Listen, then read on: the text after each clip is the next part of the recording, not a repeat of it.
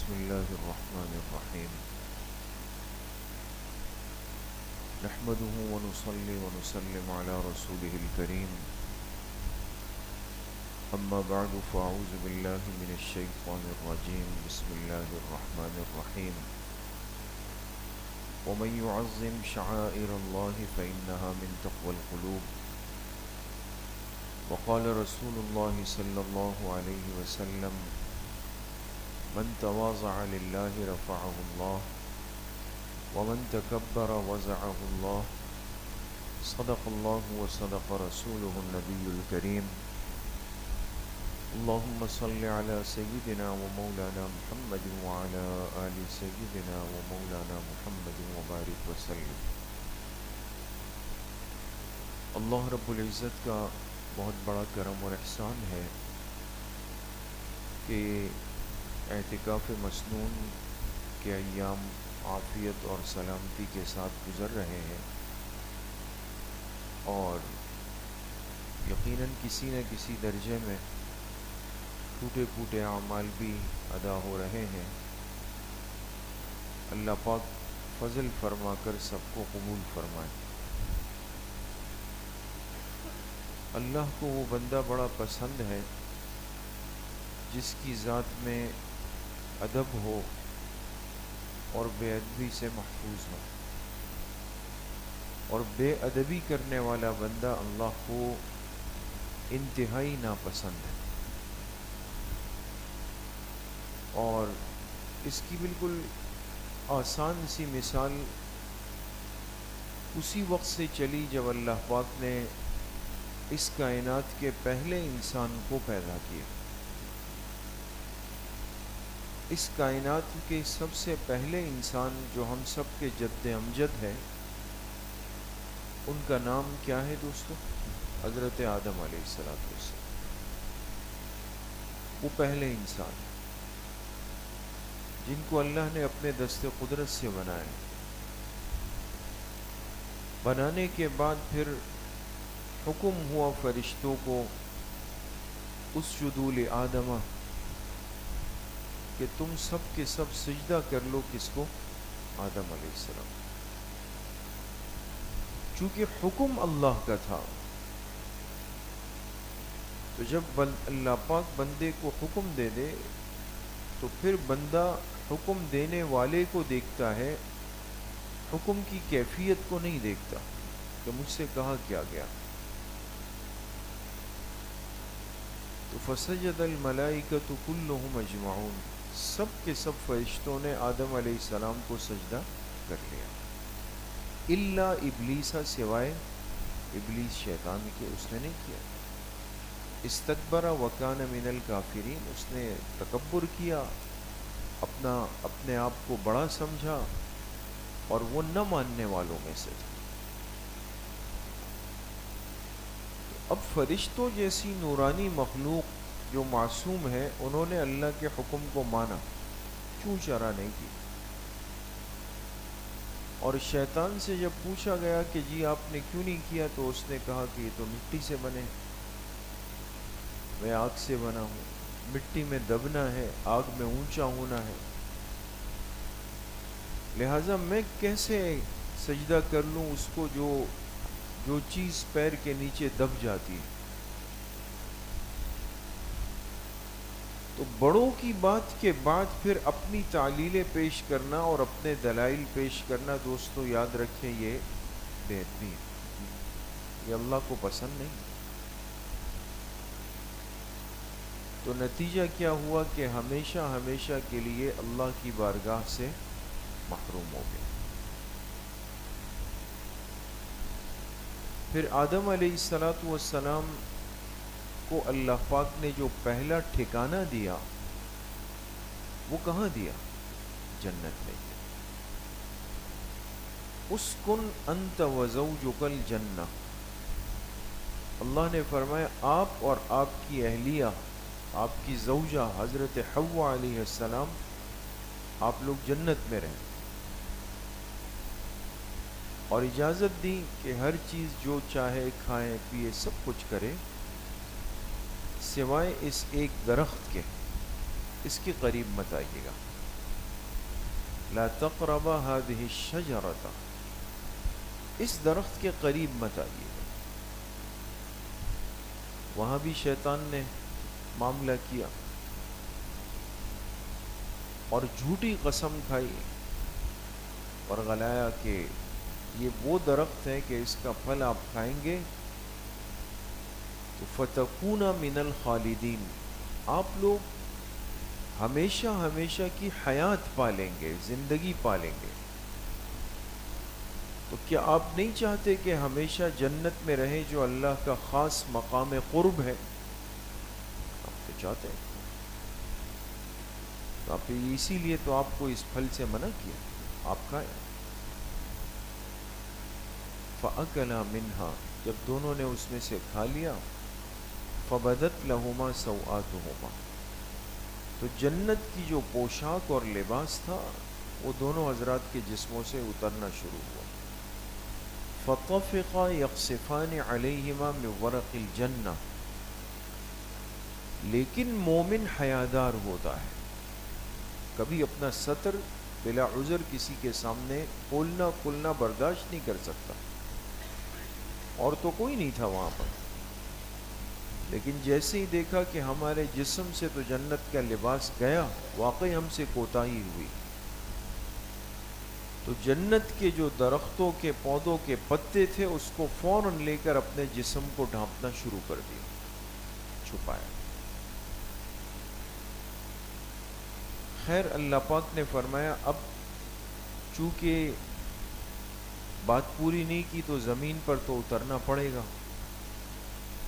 تو حضرت آدم علیہ السلام اور حضرت حوا علیہ السلام کو جنت سے اتار دیا گیا. کہاں پر؟ زمین پر.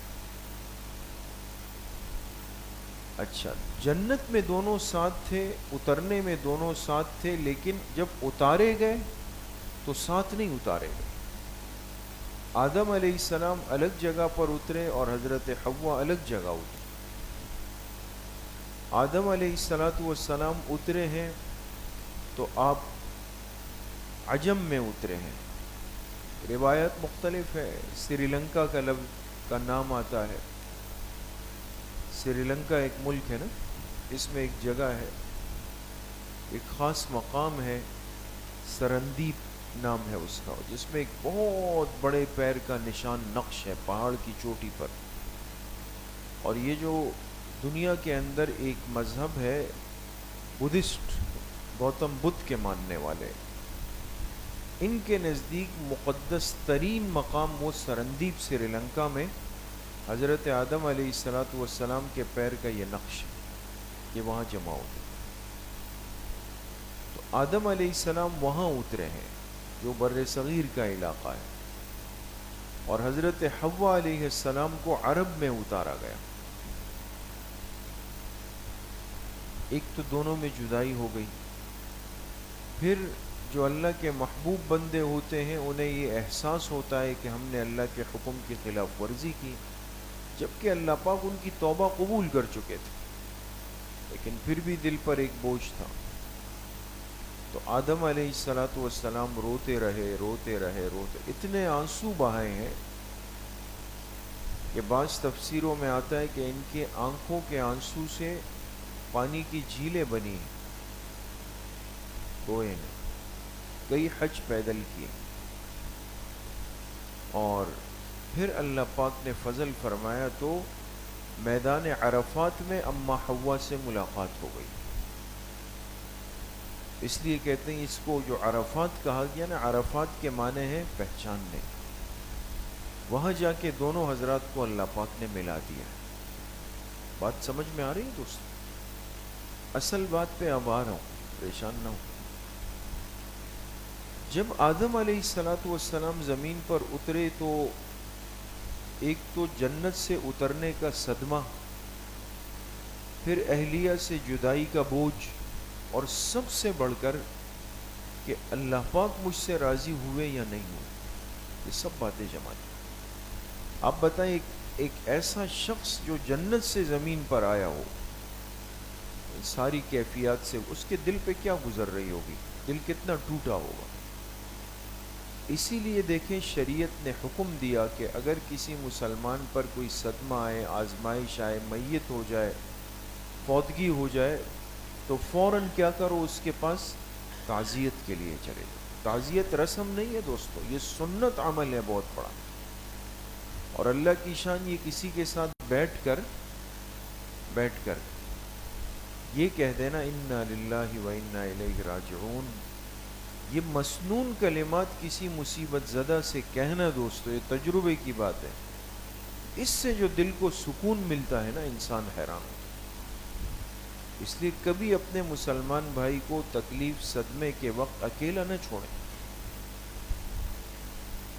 اور یہ مسنون کلمات۔ تو آدم علیہ السلام زمین پر اترے، اب بڑی کیفیت تھی، کہتے زمین پر جو مخلوقات اللہ پاک نے پیدا کر دی تھی، جانور تو آ چکے تھے سب چیزیں، اب یہاں ایک عجیب سی روایت ہے، اتنی مضبوط روایت نہیں ہے، جاندار نہیں ہے، لیکن ہے بڑی فتح کی روایت ہے۔ تو مخلوقات ارض کو پتہ چلا کہ کائنات کے پہلے انسان جنت سے زمین پہ اتر آئے، اس سے پہلے تو انسان نہیں تھے زمین۔ تو ہر جانور نے طے کیا کہ بھئی ہمیں جا کر حضرت آدم علیہ السلام سے مل کر ان کو تسلی دینی چاہیے۔ ان جانوروں کو اللہ نے شعور دیا، ہمیں جا کے ان کو تسلی دینی چاہیے۔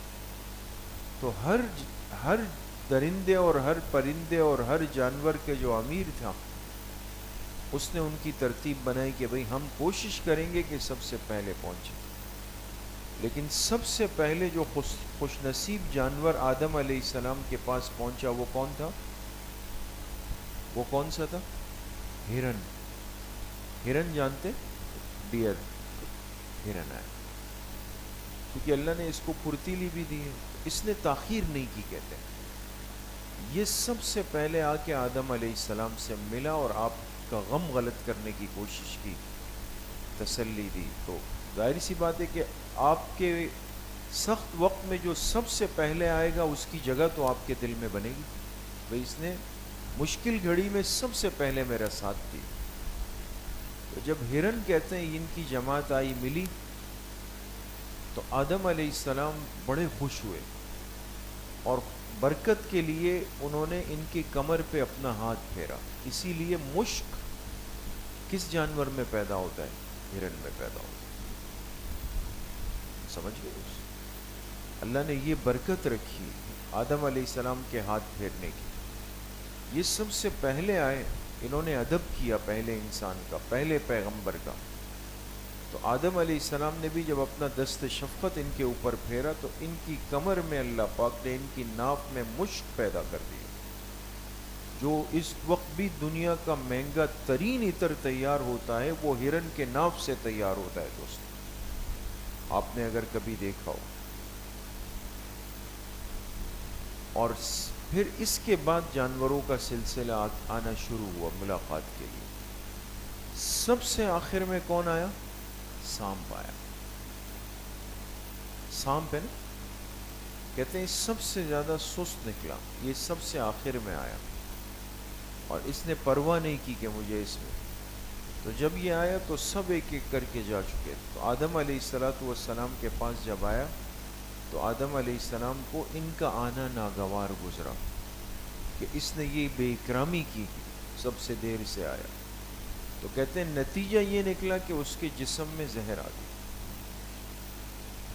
کچھ چیزیں کتنی عجیب ہوتی ہے دوست، کسی جانور کے جسم میں اللہ نے خوشبو پیدا کر دی، کسی جانور کے جسم میں اللہ نے زہر پیدا کری، تو ہے تو اللہ کا حکم ہے، لیکن اس کے سبب میں، اس کے بیک گراؤنڈ میں یقیناً کوئی نہ کوئی علت موجود ہے دوست۔ اس لیے بعض دفعہ تاخیر بڑی نقصان کر جاتی۔ ادب سے اللہ نے، ادب کرنے کی وجہ سے اللہ نے ایک جانور کو بھی قیمتی بنایا ہے دوست، اور بے ادبی کرنے کی وجہ سے ایک جانور قیامت تک کے لیے زہریلا جانور بن گیا، اور ہر برائی کی مثال، ہر تکلیف کی مثال، عذاب کی مثال، پریشانی کی مثال وہ سانپ سے دی جاتی۔ اس لیے میرے عزیزو دوستو بزرگوں، ادب یہ اللہ سے محبت کی زندگی کا پہلا قدم ہے۔ ادب النفس ایھا الاصحاب، عربی کا ایک شاعر کہتا ہے ادب النفس ایھا الاصحاب طریق العشق کلھا آداب، کہتے ہیں اے لوگوں اپنے نفس کو ادب سکھا دو، اس لیے کہ اگر تم واقعی اللہ کا عشق چاہتے ہو، اللہ کے عاشق بننا چاہتے ہو، تو طریق العشق کلھا آداب ہو، تو عشق کے سارے راستے ادب سے ہو کے گزرتے، ادب کے بغیر نہیں ہے۔ ایک آدمی بے ادبی بھی کرتا ہو اور پھر کہتا ہے جی دل عشق سے بھرا ہوا ہے میرا، بے ادب آدمی کیسے عاشق ہو؟ عشق کی سیڑھی کا پہلا اسٹیپ وہ ادب ہے۔ اس لیے میرے عزیزو دوستو بزرگوں، کامیاب انسان اور کامیاب زندگی وہ با ادب لوگوں کے حصے میں آتی، اس لیے کیا بڑوں نے کیا فرمایا، با ادب با نصیب اور بے ادب بے نصیب۔ ادب والے کے نصیب بھی بڑے ہوتے ہیں، بے ادب نصیب سے محروم ہو جاتا ہے، پھر وہ نقصان کرتا ہے۔ تو اس لیے شیطان انسان کو روکتا ہے، وہ کہتا ہے بھئی تم ادب کرو گے تمہیں دوسرے کے سامنے تو جھکنا پڑے گا، اب دوسرا بڑا بن جائے تم چھوٹے بن جاؤ کتنی بری بات ہے، یہ شیطان کہتا ہے۔ اب یہ انسان کے ذہن سے نکال دیتا ہے کہ یہ وقتی طور پہ جھکنا تو ہے، لیکن اس کے نتیجے میں جو عزتیں منتظر ہیں، جو مقامات منتظر ہے، وہ میں اور آپ سوچ نہیں سکتے۔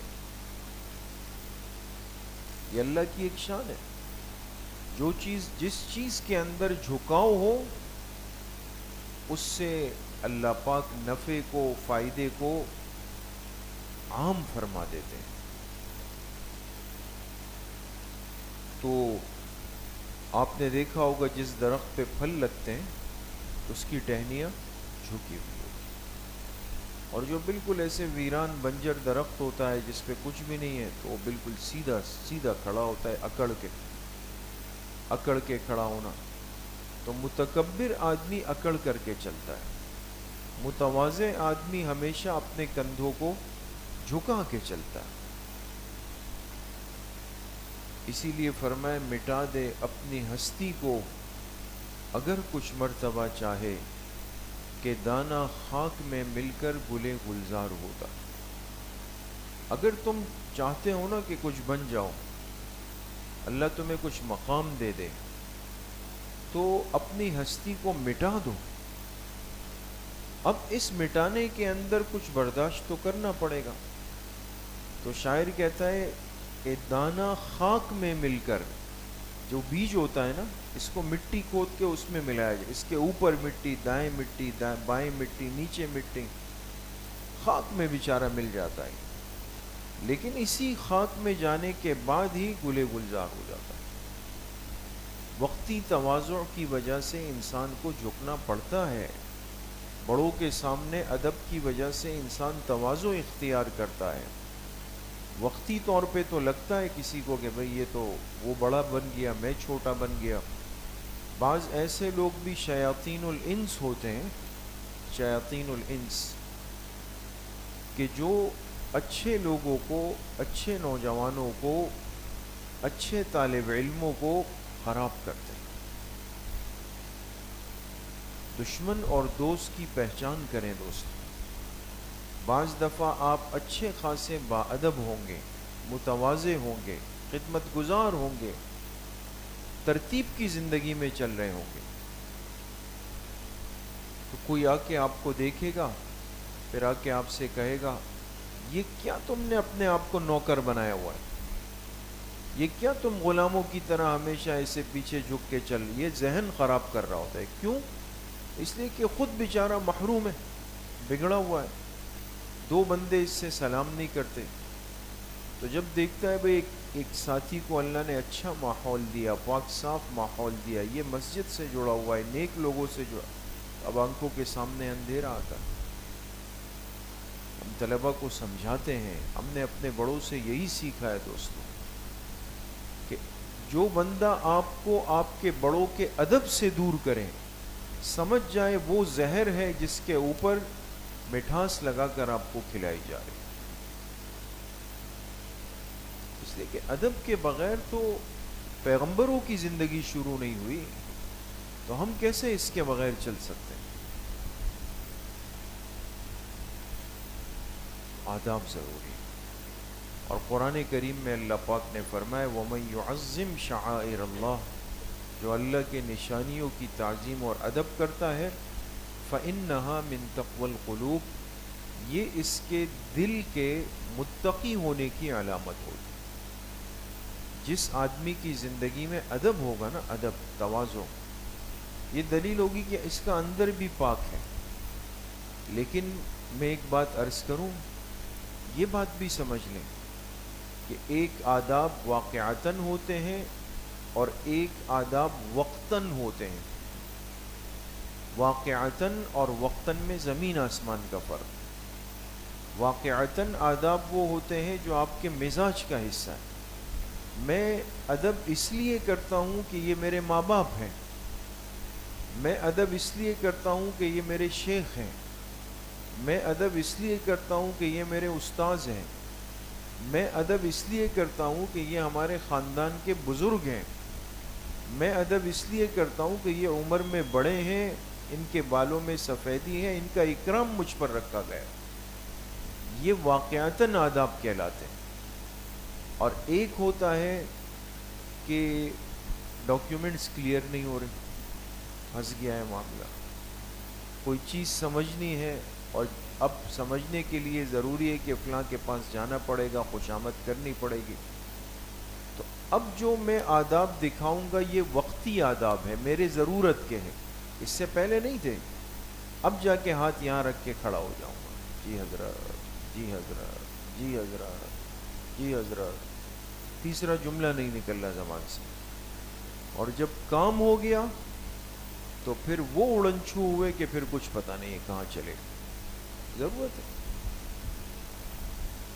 تو ہمیں ایسا نہیں بننا ہے دوست۔ ہمیں آداب جو سیکھنے ہیں وہ وقتاً آداب سیکھنے یا واقعتاً آداب سیکھنے دو۔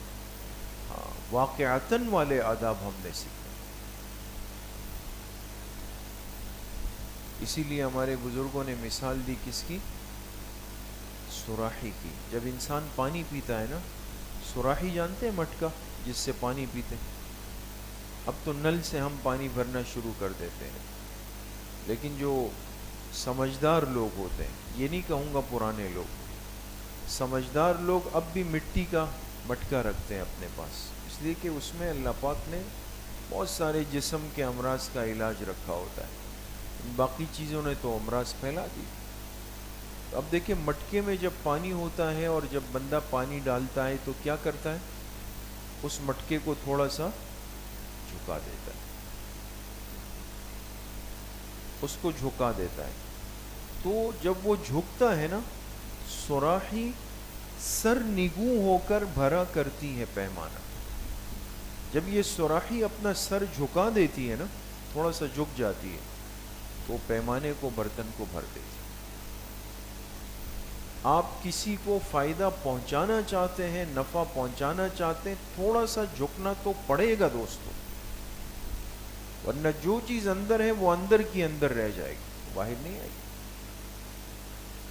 اس لیے آداب کو اپنی زندگی کا مزاج بنانا ہے۔ خاص طور پہ اپنے نوجوان ساتھیوں سے، طلبہ عزیز سے، ان بچوں سے عرض کروں گا کہ آداب والی زندگی کو سیکھیں۔ آج بے ادبی کے فتنے عام ہو چکے ہیں، ہماری نسلوں کو بے ادب بنانے پر وہ محنت ہو رہی ہے کہ میں اور آپ اس کا تصور بھی نہیں کر سکتے۔ اعتماد کا نام دے کر، کانفیڈنس کا نام دے کر، تعلیم کا نام دے کر، ایجوکیشن کا نام دے کر کے کہ آپ پر اعتماد بنیں، جو آپ کے دل میں آپ کھڑے ہو کر پوچھ لیں۔ جملہ کتنا اچھا لگتا ہے، آپ پوچھیں، آپ جھجک نہیں کریں۔ نتیجہ کیا نکلا کہ نوجوان کو بے ادب بنا دیا گیا، لہٰذا وہ بھرے مجمع میں ہر الٹی سیدھی بات کھڑے ہو کر کے علماء سے، بڑوں سے پوچھتا ہے، یہ کس نے منع کیا کہ آپ دین نہیں پوچھیں؟ آج تک کی امت نے کیا علماء سے دین سیکھا نہیں؟ کس عالم اور کس مفتی صاحب نے کسی پوچھنے والے کو کہا ہے کہ نہیں میں تمہیں تمہارے سوال کا جواب نہیں دوں گا؟ لیکن یہاں ایک ڈاکٹر صاحب راستے پہ جا رہے ہیں اور آپ جا کے ان سے کہیں کہ ڈاکٹر صاحب صبح سے یہ گردے پہ درد ہو رہا ہے، ذرا میرے ساتھ یہ فٹ پاتھ پہ بیٹھ جائیں، ذرا چیک بھی کر لیں اور دوائی بھی دے دیں، کیا خیال ہے ڈاکٹر صاحب بیٹھیں گے؟ تو یہ مزاج ہمارا کیوں بنتا چلا جا رہا ہے کہ کوئی مفتی صاحب، کوئی بزرگ، کوئی عالم، بڑے حضرات وہ جا رہے ہوں، لیکن چونکہ میں نے اپنا مسئلہ بیان کرنا ہے تو حضرت نے اب یہاں کھڑا ہونا ہو، چاہے ان کا ایک پیر گاڑی کے اوپر ہو ایک نیچے ہو، لیکن بات پوری کریں۔ آداب سیکھنے ہیں ہم نے دوستو، ہر چیز ہر موقع کے آداب سیکھنے، اور جب ادب زندگی میں آئے گا یقین کر لیں دوستو اللہ کا ضابطہ اور وعدہ ہے، آنے والی نسلیں بھی، آپ کی اولاد بھی، آپ کے چھوٹے بھی، وہ آپ کا ادب کریں گے، وہ آپ کا ادب کریں گے۔ اور خدا نخواستہ میں نے بے ادبی والا مزاج اور زندگی بنائی تو پھر تیار ہو جائیں گے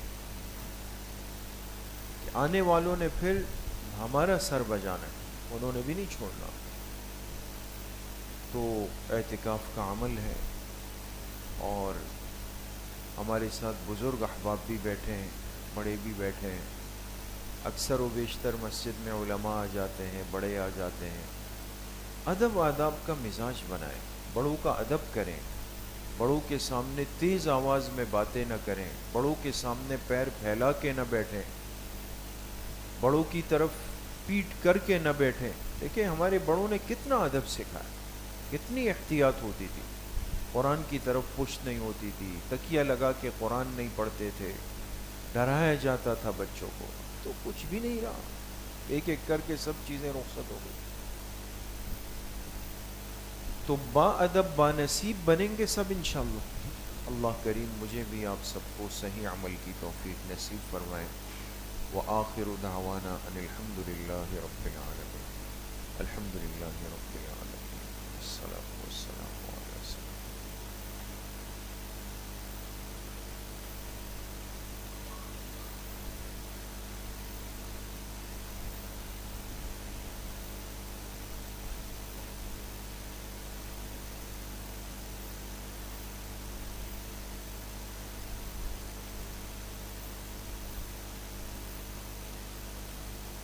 وصلی اللہ وسلم علی نبینا محمد وآلہ واصحابہ